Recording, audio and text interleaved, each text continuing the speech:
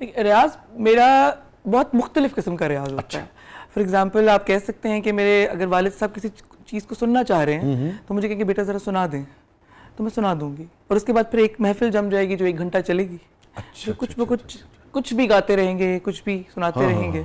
तो वो it's not कि रोज़ होगी या अब तो सिलसिला ज़रा मुख्तलिफ है, टाइम इतना नहीं निकल पाता है, लेकिन कोशिश मेरी ये होती है कि थोड़ा सा टाइम निकाल के मैं एटलीस्ट एवरी डे कम से कम जितना भी हो तो ऊंचा हम पढ़ लेते हैं, तो उससे आवाज़ ज़रा खुली रहती है और उसकी बरकत भी रहती है।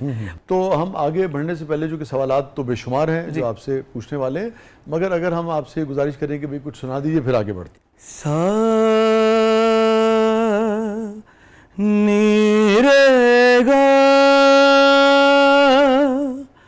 मारे मागा पारेगा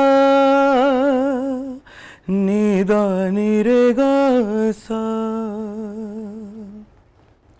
मोरी लाज शर्म रखियो जग में, मोरी लाज शर्म रखियो जग में, जीतू पाक जात परवर देगार, जीतू पाक जात परवर देगार, मोरी लाज शर्म रखियो जग में। वाह, क्या कहना, सुभान अल्लाह, क्या कहना। ये फरमाइए कब आपको ये एहसास हुआ कि आपकी आवाज़ न सिर्फ तारीफी अंदाज में कह रहा हूँ कि मुख्तलिफ भी है मगर इस कदर सुरों से भरी हुई है?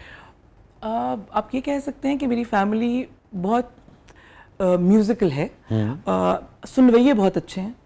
अम्मा मेरा बहुत अच्छा गाती होती थी, लेकिन उस टाइम पे ज़रा बहुत इतना अच्छा समझा नहीं जाता था और मेरे ग्रैंड पेरेंट्स ने नहीं चाहा कि अम्मा गाएं, लेकिन she saw the talent in me basically. उन्होंने कहा कि 4 साल की उम्र से मैंने नात शरीफ जब पढ़ी और ज़रूर शरीफ पढ़ा और वो भी सुर में पढ़ा, तो शी थॉट कि शी शुड बी ट्रेन्ड।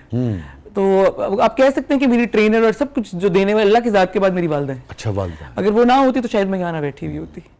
तो उन्होंने जब देखा कि इस तरह की है, तो बहुत बड़े कारी साहिबान उस जमाने में मंजूर कुनैन साहब थे, तो उनकी नातें सुनवाई, बिकॉज़ मेरी आवाज़ बेसिकली बेसफुल थी काफी, जिसको आप मैनली भी कह सकते हैं, बेसिकली इट्स वेरी डिफरेंट। तो उसके अंदर इतना बेस था बेसिकली, तो मुझे हमेशा कारी साहिबान सुनवाए गए, खवातीन नहीं सुनवाई गई बेसिकली। तो जब उनको सुना, उनको अल्हम्दुलिल्लाह उनके बराबर तो नहीं लेकिन बेहतर ही गा लिया, तो फिर तब से ट्रेनिंग शुरू हो गई बेसिकली। अच्छा। तो वो आप ये कह सकते हैं कि एजुकेशनल फैमिली है बहुत। मेरी फैमिली में 40 से 45 डॉक्टर्स हैं, मेरे अब्बा डॉक्टर हैं और टीचर्स हैं, इंजीनियर्स हैं, लेकिन सिंगर कोई नहीं है। तो वो एक वहां से भी एक तरह सिलसिला था। तो my mother had to step in कि भाई अब मेडिकल में भी आप चले गए हो माशाल्लाह, तो I will step you into this field also because you very good. जिनकी फैमिली में 45 डॉक्टर हो, उन खानदानों में एवरेज लाइफ ज्यादा होती है? नहीं, बिल्कुल भी नहीं होती। उन्हें डॉक्टर कौन समझता है? घर की मुर्गी दाल बराबर वाला हिसाब नहीं होता। तो ये फरमाइए कि जो सुरीली खवातीन होती हैं, जैसे आप हैं, आपकी वालिदा थी, ये अपने शोहरों से जब खफा होती हैं तो सुर में कुछ सुनाती हैं या वैसी खरी सुनाती हैं जैसे हमें सुननी पड़ती है? नहीं, फिर बेसुरी हो जाती है। बहुत अच्छे। और जो बेसुरी होती है पहले से, जो ऑलरेडी बेसुरी होती है, फिर होते अल्लाह।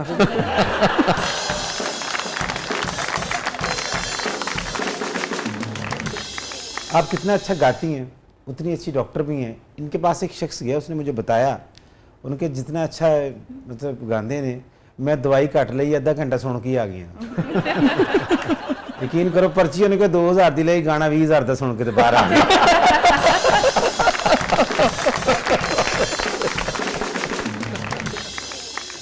अच्छा, ये बताइए कि आपकी आवाज़ जो है उस वक्त रेशमा साहबा हयात थी ना जी, तब भी उनकी आवाज़ की याद दिलाती थी, उनकी मौजूदगी में भी उनकी याद दिलाती थी। और अब तो यानी कि अगर आपने रेशमा जी की आवाज़ का कहीं अक्स देखना और सुनना है तो मेरे ख्याल पूरे सब कॉन्टिनेंट में आप ही हैं जो उनकी आवाज़ की याद दिलाते हैं। थैंक यू वेरी मच, बहुत शुक्रिया, इट्स अ ह्यूज कॉम्प्लीमेंट। तो ये फरमाइए, नहीं आप of course you earned it and you deserve this, ये फरमाइए कि कभी मुलाकात हुई आपकी रेशमा साहब से?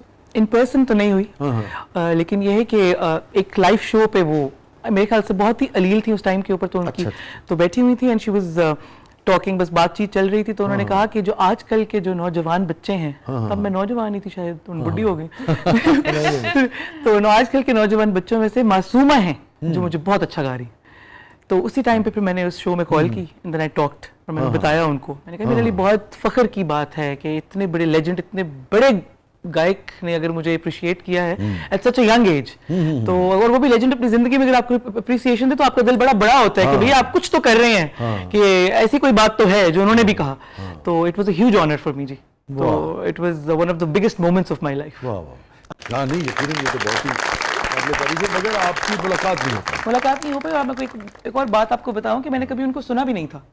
अरे जब मैं ट्रेन कर रही थी, आप कह सकते हैं, जब मैं, तो मेरी अम्मा जो थी ना वो उनके गाने गुनगुनाती थी, क्योंकि उन्होंने सुना था कि सिमिलैरिटी है। आपको बच्चों को क्या पता है रेशमा और जुम्मन खान कौन है, और जाहिदा परवीन, शाहिदा परवीन, और ये कौन है, इतने बड़े बड़े legendary singers. I was very young. तो अम्मी गुने गुनगुनाना और कहना कि जरा ये याद करो ना, जरा देखो। तो मुझे नहीं पता था कि मेरी आवाज और उनकी आवाज में इतनी सिमिलैरिटी। जब फर्स्ट टाइम मैंने उनको सुना, फिर आई रियलाइज कि भाई तो बहुत ज्यादा सिमिलैरिटी है, मैंने कभी भी उनको नहीं सुना था। फिर जब मुझे बहुत लोगों ने, जब मैंने एंटर्ड द मीडिया, तो कहना शुरू कर दिया कि जी रेशमा जी की बेटी आ गई है। रेशमा जी का पहला कौन सा ऐसा गीत था या गजल थी या गाना था जो आपको बहुत हॉन्ट किया? फर्स्ट ट्रैक ही उनका जो मैंने रिकॉर्ड कराया था वो था हाय ओ रब्बा नहीं लगता दिल में। अरे तो it was one of my most favourite tracks. और उसमें वो हाय को जान ही निकाल देता है। जी जी बिल्कुल। तो it was one of my most favourite tracks, और मेरा पहला ट्रैक था जो मैंने उनका रिकॉर्ड किया। जिमें हाय रब्बा ते शाह जी दी हाय निकली है थोड़ा जिहा तो सुना दियो। शहर भंबोर दी कुड़ी हो तू सिनक विच नथ ना पायो, मैं भूल गई तुसी भूल ना जायो, यारी नाल बलो ना लायो। बस हाय ओ रब्बा नहीं ओ लगदा दिल मेरा, हाय ओ रब्बा नहीं ओ लगदा दिल मेरा, सजना बाज हो मेरा, हाय ओ रब्बा नहीं ओ लगदा दिल मेरा, हो रब्बा नहीं ओ लगदा दिल मेरा, नहीं ओ लगदा दिल मेरा, हाय ओ रब्बा नहीं ओ लगदा दिल मेरा। ब्यूटीफुल, वाह ब्यूटीफुल, क्या ਤੁਹਾਡੀ ਆਵਾਜ਼ 'ਚ ਬੜੀ ਬੇਸ ਹੈ ਤੇ ਹੁਣੇ ਤੁਸੀਂ ਕਹਿ ਰਹੇ ਸੀ ਕਿ ਮੇਰੀ ਆਵਾਜ਼ ਮੇਨਲੀ ਕੀ ਮੇਨਲੀ ਜੀ बहुत मैनली है। मैनली ਉਹਦਾ ਕੀ तो मतलब आप कह सकते हैं कि मेरा कंपैरिजन जेड़ा हुआ है ना, हाँ जी, हाँ जी। वो मर्दां नाल ज्यादा होंदा है कि आवाज बड़ी मैनली है, बड़ी बेसफुल है खान साहब नाल। तो मुझे औरतों का चाहत फतेह अली खान कह दिया मैं।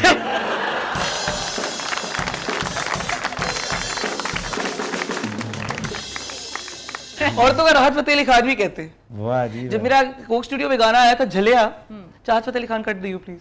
नहीं अब नहीं करने वाला।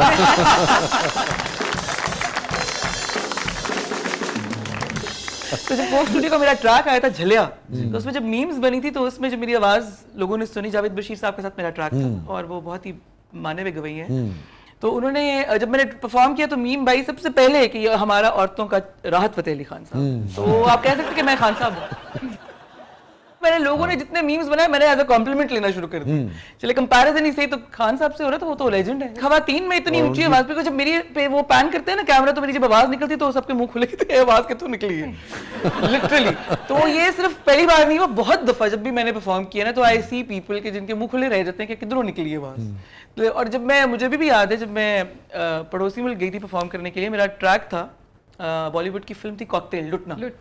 तो वो मैंने गाया था, 2012 की फिल्म थी। तो जब मैं गई तो जो प्रोड्यूसर थे उन्होंने ये कहा कि हमें लग रहा था कि 50 साल की कोई औरत आएगी गाने के लिए ना, जब हमने आवाज सुनी तो मैं उस टाइम पे मैं 22-23 साल की थी, मैं मेडिकल की स्टूडेंट थी। कहते जब वो एंटर हुई आप तो वो मेरी अम्मा साथ थी, वो समझे अम्मा गा रही है ना, अम्मा इज गोइंग टू सिंग। कहते हाँ जी आइए आइए। उन्होंने कहा कि ए गाएगी जी मेरी बेटी। जब मैंने गाया तो फिर वो they were like stunned, everybody was shocked कि जी इतनी बेसफुल। लेकिन आप देख लें कि आबिदा परवीन साहिबा की वही आवाज़ है माशाल्लाह, इट्स वेरी बेसफुल। और उसके अलावा आप पड़ोसी मुल्क में देखा, उम्मे कुलसूम साहिबा कोई इजिप्शियन खातून थी, उनकी आवाज़ आप सुने तो वो किरात भी करती थी और उनकी आवाज़ मुझसे भी ज़्यादा मैनली थी। She was one of the finest singers in the world. I take it as a huge compliment and I am very very humbled कि मेरी शुक्रिया, थैंक यू वेरी मच। आवाज़ बहुत मुख्तलिफ थी, मगर उम्मे कुलसूम का मिस्र में, इजिप्ट में वही मुकाम है जो हमारे यहाँ मैडम नूरजहां का। ऐसे ही है, बिल्कुल एब्सोल्युटली। ये अलग बात है कि दोनों का बिल्कुल आवाज एब्सोल्युटली बिल्कुल। मासूमा साहिबा, आपने कॉकटेल मूवी का भी जिक्र किया जिसमें आपने गाना गाया, तो वहाँ गाने का एक्सपीरियंस कैसा रहा? अच्छा कैसा रहा, कैसी उर्दू बोल रही ऐसी कुड़ी बारिश दे ਵਿੱਚ ਛਤਰੀ ਲੈ ਕੇ ਨਾ ਬੂਟਿਆਂ ਨੂੰ ਪਾਣੀ ਲਾ ਰਹੀ ਹੁੰਦੀ। नहीं आपने कपड़े आज बड़े प्यारे पहने हैं। मैं कि कपड़े बहुत अच्छे पहने हैं, कहते सब धुलने वाले दे दिए। ये बात आपने सही कही है वैसे। It was one of the finest तजुर्बा ऑफ माई लाइफ। 2 घंटे उनके सामने गाया था और उसमें मेरा एक ट्रैक था जो मेरी अपनी एल्बम का था, बुल्ले शाह का कलाम था। तो उन्होंने उसको एक्सट्रैक्ट किया, उन्होंने उसी टाइम पे लिरिक्स चेंज किए कि हम ये ट्यून लेंगे, सैफ मलूक की तर्ज थी बेसिकली। और इस पे उन्होंने इरशाद कामिल साहब ने लिरिक्स लिखे उसी वक्त बैठे बैठे, और मैंने एक टेक में रिकॉर्ड करा दिया। म्यूजिक डायरेक्टर कौन था उसका? म्यूजिक डायरेक्टर प्रीतम। अभी आपने बताया कि वो उन्होंने बुल्ले शाह का जो कलाम था कॉकटेल मूवी में, वो उन्होंने लिरिक्स चेंज कर दिए। जी जी।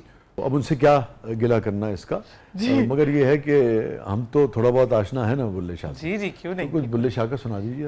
जे मैं तैनू बाहर ढूंढा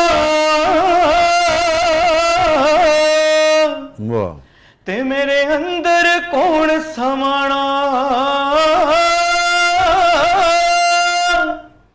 जे मैं तैनू अंदर ढूंढा ते फिर मुकैद जाना। सब कुछ तू है ते सब विच तू है,